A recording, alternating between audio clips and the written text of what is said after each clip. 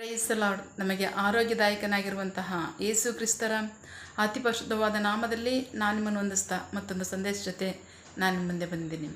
ದೇವರ ಹಸ್ತವು ತಾನೇ ಕಳೆದ ದಿನವೆಲ್ಲ ನಿಮ್ಮನ್ನು ನನ್ನನ್ನು ಆತ್ಮಿಕವಾಗಿ ವಾಕ್ಯಗಳ ಮೂಲಕವಾಗಿ ಬಲಪಡಿಸಿ ಚೈತನ್ಯಗೊಳಿಸಿ ಜೊತೆಗಾರರಾಗಿದ್ದು ನಡೆಸ್ತಿದ್ದಾರೆ. ವೈಯಕ್ತಿಕವಾಗಿ ನಮ್ಮ ಅಗತ್ಯಗಳನ್ನ ಪೂರೈಸಿ ನಾವು ಕೈಟ್ ಮಾಡ್ತಕ್ಕಂಥ ಕೆಲಸಗಳನ್ನು ಆಶೀರ್ವದಿಸಿ ಕಾದು ಪೋಷಿಸಿ ಜೊತೆಗಾರರಾಗಿದ್ದು ನಡೆಸ್ತಿರೋದಕ್ಕಾಗಿ ದೇವರಿಗೆ ಸ್ತುತಿಯು ಘನವು ಮಹಿಮೆಯು ಸದಾಕಾಲವೂ ಸ್ವಂತವಾಗಿರಲಿ. ಆಮೇನ್.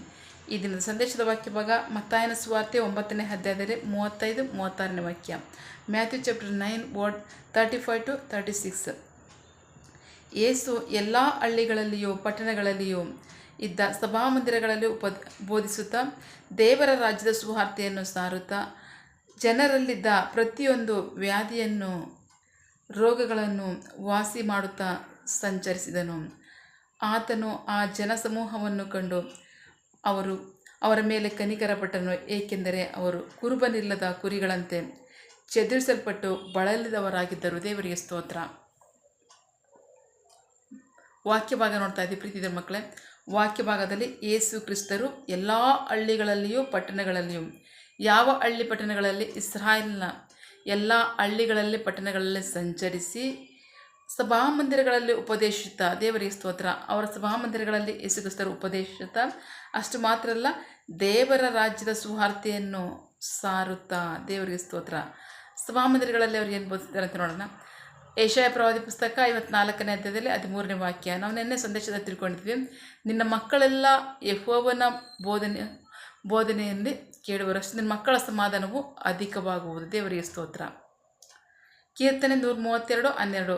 ನಿನ್ನ ಮಕ್ಕಳಿಗೆ ನಾನು ಕಲಿಸುವ ನನ್ನ ಒಡಂಬಡಿಕೆಯನ್ನು ನನ್ನ ಕಟ್ಟಳೆಗಳನ್ನು ಕೈಗೊಂಡರೆ ಅವರ ಮಕ್ಕಳು ಸಹ ಎಂದೆಂದಿಗೂ ನಿನ್ನ ಸಿಂಹಾಸನದಲ್ಲಿ ಕೂರುವರು. ದೇವರಿಗೆ ಸ್ತೋತ್ರ. ದೇವರ ಬೋಧನೆಯಲ್ಲಿ ಏನಿದೆ? ಸಮಾಧಾನ ಇದೆ. ಅಷ್ಟು ಮಾತ್ರ ಅಲ್ಲ, ಆತನ ಬೋಧಿಸ್ತಕ್ಕಂಥ ಬೋಧನೆ ಏನಾಗಿದ್ದರೆ ಕಟ್ಟಳೆಗಳಾಗಿದೆ, ಒಡಂಬಡಿಕೆಯಾಗಿದೆ, ಕಟ್ಟಳೆಗಳಾಗಿದೆ. ದೇವರಿಗೆ ನಾವು ದೇವ ಜನರಾಗಿದ್ದೀವಿ ಅನ್ನೋದಕ್ಕೆ ಒಡಂಬಡಿಕೆ ಅಂದರೆ ಆತನಿಗೂ ನಮಗಿರ್ತಕ್ಕಂಥ ಒಡಂಬಡಿಕೆ. ಆ ಒಡಂಬಡಿಕೆ ಏನಾಗಿದ್ದರೆ ಯೇಸು ಕ್ರಿಸ್ತರೇ. ಯೇಸು ಕ್ರಿಸ್ತರ ರಕ್ತವೇ ನಮ್ಮನ್ನು ಶುದ್ಧೀಕರಿಸಿರ್ತಕ್ಕಂಥದ್ದು, ನಮ್ಮನ್ನು ದೇವರ ಜನರಾಗಿ ಮಾಡಿರ್ತಕ್ಕಂಥದ್ದು, ದೇವರ ರಾಜ್ಯದ ಪ್ರಜೆಗಳನ್ನಾಗಿ ಮಾಡಿರ್ತಕ್ಕಂಥದ್ದು. ಸೊ ಆ ಒಡಂಬಡಿಕೆ ಇರುತ್ತೆ ಆತನ ಬೋಧನೆಯಲ್ಲಿ. ಅಷ್ಟು ಮಾತ್ರ ಅಲ್ಲ, ಅದು ಕಟ್ಟಳೆಗಳು, ಆಜ್ಞೆಗಳಿರುತ್ತೆ. ದೇವರಿಗೆ ಸ್ತೋತ್ರ. ಆಜ್ಞೆಗಳು ನಮಗೆ ಎಲ್ಲಿ ನಡೆಸುತ್ತೆ ಅಂದರೆ ಸಮಾಧಾನಕ್ಕೆ ನಡೆಸುತ್ತೆ. ಅಷ್ಟು ಮಾತ್ರ ಅಲ್ಲ, ಆಶೀರ್ವಾದಕ್ಕೆ, ತಲೆಮಾರಿಗೂ ಇರ್ತಕ್ಕಂಥ ಶಾಶ್ವತವಾದಂಥ ಆಶೀರ್ವಾದಕ್ಕೆ ನಡೆಸುವಂಥದ್ದಾಗಿರುತ್ತೆ. ದೇವರಿಗೆ ಸ್ತೋತ್ರ. ಇನ್ನೂ ಒಂದು ಕಾರ್ಯ ನೋಡೋಣ. ದೇವರ ರಾಜ್ಯದ ಸುವಾರ್ತೆ. ದೇವರಿಗೆ ಸ್ತೋತ್ರ. ಇದೇ ಮತ್ತಾಯನ ಸುವಾರ್ತೆ 4ನೇ ಅಧ್ಯಾಯ 17ನೇ ವಾಕ್ಯ. ಮಾನಸಾಂತರ ಪಡೆದೇ ಪರಲೋಕ ರಾಜ್ಯವು ಸಮೀಪವಾಗಿದೆ. ದೇವರಿಗೆ ಸ್ತೋತ್ರ. ಆ ಸುವಾರ್ತೆ ಏನಾಗಿದೆ? ಮಾನಸಾಂತರದ ಸುವಾರ್ತೆ. ಮಾನಸಾಂತರ ಏನಾಗಿದೆ? ನಮ್ಮ ಪಾಪ ಪರಿಹಾರವನ್ನು ಹುಟ್ಟಿಸ್ತಕ್ಕಂಥದ್ದು. ನಮಗೆ ಗೊತ್ತು, ನಾವು ನಂಬ್ತೇವೆ. ನಾವೆಲ್ಲರೂ ಸಹ ದೇವರನ್ನು ನಂಬೋದಕ್ಕೆ ಮುಂಚೆ ನಾವೇ ನಿಜವಾಗಲೂ ಶುದ್ಧರು, ನಾವೇ ನಿಜವಾಗಲೂ ಪರಿಶುದ್ಧರು, ನಾವೇ ಯೋಗ್ಯರು, ನಮ್ಮನ್ನು ಬಿಟ್ಟರೆ ಒಳ್ಳೆಯವರಿಲ್ಲ ಅಂತ ನಾವೆಲ್ಲರೂ ಅಂದ್ಕೊಂಡಿದ್ವಿ. ದೇವರಿಗೆ ಸ್ತೋತ್ರ. ನಾವೆಲ್ಲರೂ ಸಹ ಅದನ್ನೇ ಅಂದ್ಕೊಂಡಿದ್ದು. ಆದರೆ ನಮಗೆ ಯೇಸು ಕ್ರಿಸ್ತರನ್ನು ನಾವು ಕಂಡುಕೊಂಡಾಗ, ಪರಿಶುದ್ಧಾತ್ಮರು ನಮ್ಮೊಳಗೆ ಬಂದಾಗ ನಮಗೆ ಮಾನಸಾಂತರ ಉಂಟಾಯಿತು. ಅದೇನಂತಂದರೆ ಖಚಿತವಾಗಿ ನಾವು ಒಳ್ಳೆಯವರಲ್ಲ, ದೇವರೊಬ್ಬರೇ ಒಳ್ಳೆಯವರು. ನಾವು ಒಳ್ಳೆಯವರಲ್ಲ, ದೇವರು ಒಳ್ಳೆಯವರು. ನಮ್ಮನ್ನು ಒಳ್ಳೆಯವ್ರನ್ನ ಮಾಡಿದ್ದು ದೇವರು. ದೇವರಿಗೆ ಸ್ತೋತ್ರ. ನಮ್ಮಲ್ಲಿ ಮಾನಸಾಂತರ ಉಂಟಾಯ್ತಾ? ಖಚಿತವಾಗಲೂ ಉಂಟಾಯಿತು. ಪ್ರೀತಿ ದೇವ್ರ ಮಕ್ಕಳೇ, ನಾವು ಅನೇಕ ದಾನ ಧರ್ಮಗಳನ್ನ ಮಾಡಿದ್ದೀವಿ, ನಾವು ಅನೇಕ ಪುಣ್ಯ ಕಾರ್ಯಗಳು ಮಾಡಿದ್ದೀವಿ. ನಾವು ಮಾಡ್ತಕ್ಕಂಥ ಕಾರ್ಯಗಳೆಲ್ಲ ಒಳ್ಳೆಯದೇ ಆಗಿದೆ. ನಾವು ಕೆಟ್ಟದನ್ನು ನಾವು ಮಾಡೇ ಇಲ್ಲ. ಈ ಅನುಭವ ನಮಗೆ ಹೇಗಿತ್ತು ಅಂದರೆ ಯೇಸು ಕ್ರಿಸ್ತರ ಬಳಿಗೆ ಬರೋದಕ್ಕೆ ಮುಂಚೆ ಇತ್ತು. ದೇವರಿಗೆ ಸ್ತೋತ್ರ. ಆದರೆ ನಮಗೆ ಪಾಪ ಪರಿಹಾರದ ಅನುಭವ ಉಂಟಾದ್ದೇವಾಗಂದರೆ ಪರಿಶುದ್ಧಾತ್ಮ ನಮ್ಮನ್ನು ಮುಟ್ಟಿದಾಗ. ಯಾಕೆಂದರೆ ದೇವರು ಮಾತ್ರ ಪರಿಶುದ್ಧನು, ದೇವರು ಮಾತ್ರ ಸತ್ಯವಂತನು, ದೇವರು ಮಾತ್ರ ನೀತಿವಂತನು. ನಾವೆಲ್ಲರೂ ಸಹ ಪಾಪಿಗಳಾಗಿದ್ದೇವೆ. ನಮಗೆ ನಮ್ಮಲ್ಲಿ ಯಾರಲ್ಲೂ ಸಹ ನಮ್ಮಲ್ಲಿ ಸತ್ಯ ಇಲ್ಲ, ನಮ್ಮಲ್ಲಿ ನೀತಿ ಇಲ್ಲ, ನಾವು ಒಳ್ಳೆಯವರಲ್ಲ ಅನ್ನೋ ಅನುಭವ ಉಂಟಾದ್ದು ನಮಗೆ ಪರಿಶುದ್ಧಾತ್ಮ ನಮಗೆ ಮುಟ್ಟಿದ್ದಾಗ. ದೇವರಿಗೆ ಸ್ತೋತ್ರ.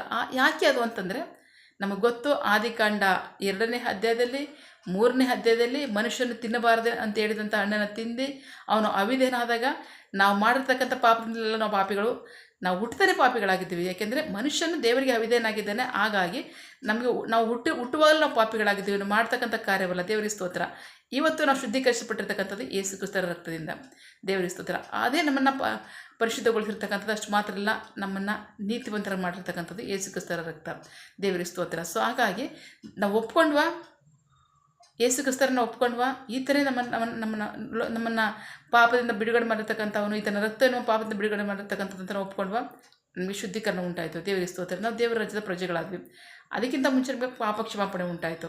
ಕಾರಣ ನಾವು ಮಾಡಿರ್ತಕ್ಕಂಥ ಪಾಪದಿಂದಲಲ್ಲ, ನಾವು ಹುಟ್ಟು ಬಂದಿರತಕ್ಕಂಥ ಸಂತತಿ ಅದಾಗಿದೆ. ಅದರ ನಿಮಿತ್ತವಾಗಿ ನಮಗೆ ಕ್ಷಮಾಪಣೆ ಉಂಟಾಗಿ ನಮ್ಮ ಪಾಪ ಪರಿಹಾರ ಉಂಟಾಯಿತು. ದೇವರಿಗೆ ಸ್ತೋತ್ರ. ಸೊ ಈಗ ನಾವು ದೇವರ ರಾಜ್ಯದ ಪ್ರಜೆಗಳಾಗಿದ್ದೀವಿ, ನಮಗೆ ಕ್ಷಮಾಪಣೆ ಉಂಟಾಗಿದೆ, ನಾವು ಶುದ್ಧರಾಗಿದ್ದೀವಿ, ಪರಿಶುದ್ಧರಾಗಿದ್ದೀವಿ. ದೇವರಿಗೆ ಸ್ತೋತ್ರ. ಓಕೆ, ಹಾಗಂತ ಮಾಡಿದ ಪಾಪನೇ ತಿರ್ಗಾ ಮಾಡೋದಿರಲಿ, ಕ್ಷಮಾಪಣೆ ಇಲ್ಲ. ದೇವರಿಗೆ ಸ್ತೋತ್ರ. ದೇವರು ನಮಗೆ ಖಚಿತವಾಗಿ ಹೇಳಿದ್ದಾರೆ ಇಬ್ರಿಯರಿಗೆ ಬರೆದ ಪತ್ರಿಕೆಯಲ್ಲಿ, ತಾನು ಮಾಡಿರ್ತಕ್ಕಂಥ ಒಂದು ಸಾರಿ ನಮ್ಮ ಪಾಪ ಪರಿಹಾರಕ್ಕೋಸ್ಕರವಾಗಿ ದೇವರು ತನ್ನ ಮಗನನ್ನು ಕಳಿಸ್ಕೊಟ್ಟಿದ್ದಾರೆ. ಆತನ ರಕ್ತದ ಮೂಲಕ ನಮ್ಮ ಶುದ್ಧೀಕರಿಸಿದೆ. ಹಾಗಂತ ನಾವು ಮಾಡಿದ ಪಾಪವನ್ನೇ ಮಾಡಿದ್ರೆ ನಮಗೆ ಪಾಪ ಪರಿಹಾರದ ಶುದ್ಧೀಕರಣಕ್ಕಾಗಿ ಇನ್ನು ಯಾವುದೇ ಯಜ್ಞ ಇಲ್ಲ ಅಂತ ಖಚಿತವಾಗಿ ಇಬ್ರಿಯರಿಗೆ ಬರೆದ ಪತ್ರಿಕೆಯನ್ನು ನಮಗೆ ವಾಕ್ಯವಾಗಿ ಹೇಳುತ್ತೆ. ದೇವರಿಗೆ ಸ್ತೋತ್ರ. ಓಕೆ, ನಾವು ಶುದ್ಧೀಕರಿಸಲ್ಪಟ್ಟಿದ್ದೀವಿ, ದೇವ್ರ ಮಕ್ಕಳಾಗಿದ್ದೀವಿ. ಯಾತಕ್ಕೋಸ್ಕರ? ದೇವರಲ್ಲಿ ನಂಬಿಕೆ ಇಟ್ಟೋದಕ್ಕೋಸ್ಕರವಾಗಿ, ಕ್ರಿಸ್ತರಲ್ಲಿ ನಾವು ನಂಬಿಕೆ ಇಟ್ಟೋದಕ್ಕೋಸ್ಕರವಾಗಿ ಆತನ ರಕ್ತ ನಮ್ಮನ್ನು ಶುದ್ಧೀಕರಿಸ್ತು, ಕ್ಷಮಾಪಣೆ ಉಂಟಾಯಿತು. ದೇವರಿಗೆ ಸ್ತೋತ್ರ. ಸೊ ಈಗ ನಮಗೆ ಬೇಕಾಗಿರ್ತಕ್ಕಂಥದ್ದು ಏನಂದರೆ ಸ್ವಸ್ಥತೆ ಬೇಕಾ? ಖಚಿತವಾಗಿ ನಮಗೆ ಸ್ವಸ್ಥತೆ ಉಂಟು.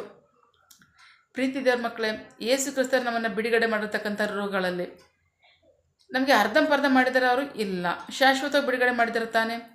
ಅದೇ ರೋಗದಲ್ಲಿ ನಾವು ನರಳ್ತಿದ್ದವ? ಖಂಡಿತವಾಗ್ಲೂ ಇಲ್ಲ. ನಮಗೆ ಶಾಶ್ವತವಾಗಿ ಬಿಡುಗಡೆ ಕೊಟ್ಟಿದ್ದಾರೆ. ಅಷ್ಟು ಮಾತ್ರ ಇಲ್ಲ, ನಮಗೆ ಸಮಾಧಾನ ಇತ್ತಾ? ಇರಲಿಲ್ಲ. ಶಾಶ್ವತವಾದ ಸಮಾಧಾನ ಕೊಟ್ಟಿದ್ದಾರೆ. ನಮ್ಮ ಸಮಾಧಾನವನ್ನು ಬಾಧಿಸ್ತಕ್ಕಂಥ ಎಷ್ಟೋ ಕಾರ್ಯಗಳು ನಡೀತಿದೆ. ದೇವರಿಗೆ ಸ್ತೋತ್ರ. ನಮ್ಮ ಸಮಾಧಾನವನ್ನು ಬಾಧಿಸ್ತಕ್ಕಂಥ ಎಷ್ಟೋ ಕಾರ್ಯಗಳು ನಡುತ್ತೆ. ಎಷ್ಟೋ ಸಾರಿ ದೇವರೇ ನಮಗೆ ಸಮಾಧಾನ ಬಾಧಿಸಲ್ಪಡ್ತಿದೆ ಅಂದಾಗ ತಕ್ಷಣವೇ ದೇವರ ಪರಿಸ್ಥಿತಿನ ಬದಲಾಯಿಸ್ತಾರೆ. ತಕ್ಷಣವೇ ದೇವರ ಪರಿಸ್ಥಿತಿನ ಬದಲಾಯಿಸಿ ನಮ್ಮ ಸಮಾಧಾನವನ್ನು ನಡೆಸ್ತಿದ್ದಾರೆ. ದೇವರಿಗೆ ಸ್ತೋತ್ರ. ಇದೆಲ್ಲ ನಾವು ಹೊಂದ್ಕೋತಿದ್ದೀವ? ಖಚಿತವಾಗಿ ಹೊಂದ್ಕೋತಿದ್ದೀವಿ. ಹಾಗಾಗಿ ದೇವರು ನಮಗೆ ಸ್ವಸ್ಥತೆಯನ್ನು ಕೊಡ್ತಾರೆ ಅನ್ನೋದು ಅಷ್ಟೇ ಮುಖ್ಯ ಅಲ್ಲ, ಹೌದು, ನಮಗೆ ಅವರು ಶಾಶ್ವತವಾದ ಸ್ವಸ್ಥತೆಯನ್ನು ಕೊಡ್ತಾರೆ. ಅದಕ್ಕಿಂತ ಹೆಚ್ಚಾಗಿ ದೇವರು ನಮಗೆ ಕೊಡ್ತಕ್ಕಂತಹ ಮಾನಸಾಂತರ ಅಷ್ಟು ಮಾತ್ರ ಅಲ್ಲ, ನಮಗೆ ಕೊಡ್ತಕ್ಕಂಥ ಶಾಶ್ವತವಂಥ ಆಶೀರ್ವಾದ ಯಾವಾಗ? ಆತನ ಬೋಧನೆಯಲ್ಲಿ ನಾವು ನಡೆಯುವಾಗ. ಅಷ್ಟು ಮಾತ್ರ ಅಲ್ಲ, ಆಜ್ಞೆಗಳನ್ನ ಅನುಸರಿಸಿ ನಡೆಯುವಾಗ ದೇವರು ನಮಗೆ ಶಾಶ್ವತವಂಥ ಆಶೀರ್ವಾದವನ್ನು ಕೊಡ್ತಾರೆ. ಯಾವ ಆಶೀರ್ವಾದ ಅಂದರೆ ತಲೆಮಾರಿನವರೆಗೂ ಸಹ. ಆ ತಲೆಮಾರಿನಂಥ ಆಶೀರ್ವಾದ ಬೇಕಾ? ನಂಬಿಗಸ್ತರ ನಾವು ದೇವರ ವಾಕ್ಯಕ್ಕೆ ವಿಧೇಯರಾಗೋಣ. ಆಮೇನ್. ಆ ಆಜ್ಞೆಗಳನ್ನ ಕೈಗೊಂಡು ನಡೆಯೋಣ. ಆಮೇನ್. ಅಷ್ಟು ಮಾತ್ರ ಅಲ್ಲ, ನಮ್ಮನ್ನು ನಿತ್ಯ ರಾಜ್ಯಕ್ಕೆ ನಡೆಸುತ್ತೆ. ಸೊ ಇದೆಲ್ಲವೂ ಸಹ ನಮಗೋಸ್ಕರನೇ. ಸೊ ಹಾಗಾಗಿ ಇದನ್ನು ನಮ್ಮ ದೇವರು ಕೊಟ್ಟಿದ್ದಾರೆ. ನಾವು ಅದರಲ್ಲಿ ನಡಿಬೇಕು, ಅದರಲ್ಲಿ ನಡೆದು ಅದನ್ನು ಸ್ವಂತ ಮಾಡ್ಕೋಬೇಕು. ಆಮೇನ್. ಪ್ರಾರ್ಥಿಸಿಕೊಳ್ಳೋಣ. ಸಕಲ ಸೃಷ್ಟಿಕರ್ತನೆ, ಸರ್ವಾಧಿಕಾರಿಯೇ, ಸಾರ್ವಭೌಮನೆ, ಉನ್ನತನೇ, ಮಹೋನ್ನತನೇ, ಮಹಾಪರಿಶುದ್ಧನೇ, ಪ್ರೀತಿ ಸ್ವರೂಪನೇ, ನೀತಿವಂತನೇ, ಅಧಿಪತಿಯೇ, ಸೇನಾಧೀಶ್ವರನೇ, ಇರುವಾತನೇ, ಸರ್ವವ್ಯಾಪಿಯೇ. ಸಪ್ಪ, ಈ ದಿನ ವಾಕ್ಯಗಳ ಮೂಲಕವಾಗಿ ನಮ್ಮ ಸಂಗಡ ಮಾತಾಡುವಂತಹ ನಿಮ್ಮ ಪ್ರೀತಿಗಾಗಿ ನಂಬಿಗಸ್ತಿಗೆ ನಿಮಗೆ ಸ್ತೋತ್ರ. ವಾಕ್ಯ ಭಾಗದಲ್ಲಿ ನಮ್ಮ ಸಂಗಡ ಮಾತನಾಡ್ತಾ ಇದ್ದೀರಾ ಅಪ್ಪ. ನೀವು ಇಸ್ರಾಯೇಲ್ನ ಎಲ್ಲ ಹಳ್ಳಿಗಳಲ್ಲಿ, ಪಟ್ಟಣಗಳಲ್ಲಿ, ಬೀದಿಗಳಲ್ಲಿ ಸಂಚರಿಸಿ, ಸಭಾಮಂದಿರಗಳಲ್ಲಿ ಬೋಧಿಸಿ, ಅವರ ಸಕಲ ರೋಗಗಳನ್ನು, ವ್ಯಾಧಿಗಳನ್ನು ಗುಣಪಡಿಸ್ತೀರಿ ಅಂತ ವಾಕ್ಯದಲ್ಲಿ ನೋಡ್ತಾ ಇದ್ದೀವಿ. ಕಾರಣ ಜನರು ಅದುವರೆಗೂ ಸಹ ಕುರುಬನಿರದ ಕುರಿಗಳಂತೆ ಬಳಲಿ ಚೆದರಿ ಹೋಗಿದ್ದಿರುವಂಥ ವಾಕ್ಯ ಹೇಳ್ತದೆ. ದೇವರಿಗೆ ಸ್ತೋತ್ರ. ಆದರೆ ನಿಮ್ಮನ್ನು ಕಂಡುಕೊಂಡಾಗ ಅವರಿಗೆ ಸಮಾಧಾನವೂ ಬಂತು, ಸ್ವಸ್ಥತೆ ಬಂತು. ಅಷ್ಟು ಮಾತ್ರ ಅಲ್ಲ, ಪರಲೋಕ ರಾಜ್ಯದ ಬಾಧ್ಯಸ್ಥಿಕೆಯನ್ನು ಹೊಂದ್ಕೊಂಡ್ರು. ಆಮೇಲೆ ನೀವು ನಮಗೂ ಸಹ ಅದನ್ನು ಕೊಟ್ಟಿದ್ದೀರಾ. ಅದಕ್ಕಾಗಿ ನಿಮಗೆ ಸ್ತೋತ್ರ. ನಂಬಿಗಸ್ತರಾಗಿ ನಾವು ನಿಮ್ಮ ಆಜ್ಞೆಗಳಿಗೆ ವಿಧೇಯರಾಗಿ ನಡೀತೀವಿ. ನಿಮ್ಮ ಸಮಾಧಾನವನ್ನು, ನಿಮ್ಮ ಸ್ವಸ್ಥತೆಯನ್ನು, ಶಾಶ್ವತವಾದ ಆಶೀರ್ವಾದವನ್ನು, ನಿತ್ಯರಾಜ್ಯವನ್ನು ನಮಗೆ ದಯಪಾಲಿಸಿ. ನಿಮಗೆ ಮಹಿಮೆಯಾಗಲಿ, ನಮಗೆ ಆಶೀರ್ವಾದವಾಗಲಿ. ಆಮೇನ್. ನಿನ್ನ ಜನರು ಕೈಟ್ ಮಾಡ್ತಕ್ಕಂಥ ಕೆಲಸವನ್ನು ಆಶೀರ್ವದಿಸು. ಅವರ ಅವಶ್ಯಕತೆಗಳನ್ನ, ಅಗತ್ಯಗಳನ್ನ ಪೂರೈಸು, ಕೊರತೆಗಳನ್ನ ನೀಗಿಸು. ಆಮೇನ್.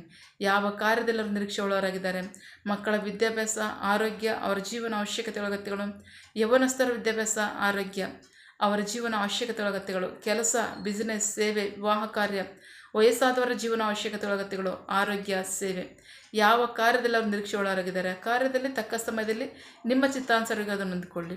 ಆಮೇನ್. ನೀವು ಹಾಗೆ ಮಾಡೋ ಪ್ರೀತಿಗಾಗಿ ನಂಬಿಗಸ್ತಿಗೆ ನಿಮಗೆ ಸ್ತೋತ್ರ. ನಮ್ಮ ಪ್ರಾರ್ಥನೆಯನ್ನು ಕೇಳಿದ್ದೀರಾ, ಅದರಂತೆ ನಡೆಸ್ತಿರೋದಕ್ಕಾಗಿ ಸ್ತೋತ್ರ. ನಮ್ಮ ಪ್ರಾರ್ಥನೆಯನ್ನು ನಮ್ಮ ರಕ್ಷಕನಾದ ಯೇಸು ಕ್ರಿಸ್ತರ ಅತಿ ಪರಿಶುದ್ಧವಾದ ನಮ್ಮದಲ್ಲಿ ಪ್ರಾರ್ಥಿಸಿ ನಿಮ್ಮ ಪಾದಗಳು ಸಲ್ಲಿಸಿ ನಾವು ಬೇಡುವಂತಿದ್ದೇವೆ ನಮ್ಮ ಜೀವಗಳ ತಂದೆಯೇ. Amen. God bless you all. ದೇವತಾನೇ ಇದರ ವಾಕ್ಯಗಳ ಮೂಲಕವಾಗಿ ನಮ್ಮ ಸಂಗಡ ಮಾತನಾಡಿದ್ದಾರೆ, ನಮ್ಮನ್ನು ಆಶೀರ್ವದಿಸಿದ್ದಾರೆ. ಆಮೇನ್. All the best.